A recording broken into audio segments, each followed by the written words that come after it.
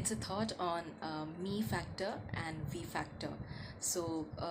This came to my mind when I take classes and when we have some kind of a group activity for children, and there are some tasks involved that requires teamwork, and that sometimes helps me to think more in a deeper way, which takes me to professional level as well.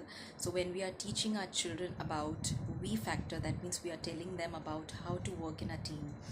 And as grown-ups, we must have seen that there are many people we come across, there's no judgment, but we come across that they have so much of me factor in them, that I did this, I am the one, I am the one who had this idea. So it's not at all bad to get the appreciation, or have the say that I did it, but there is also a way how we portray our work, and it can be more polite. Or if we know that, for example, if the whole idea was one person's idea, but then there will be many people who must have helped to discover that idea. So why not appreciate those people? May it be their efforts may be very small, but I have also come across people while working, or while having a conversation casually, that they do appreciate, and it feels so nice sometimes to know that there are such people also exist, and the same footsteps our children also follow. So when we teach our children, we also must keep in mind that we are telling them that no matter if you're taking the lead, or no matter which position you hold, you may be the most intelligent, but every small efforts should be recognized. So rather than saying me all the time, I think it's always good to encourage we did it.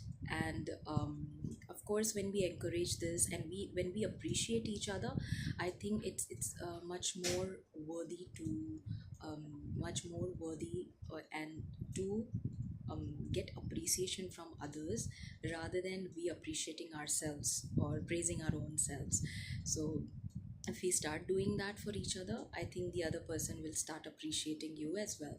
So I think this factor is very important, and slowly, gradually, when we are teaching our children, they are the ones who will grow up and become leaders.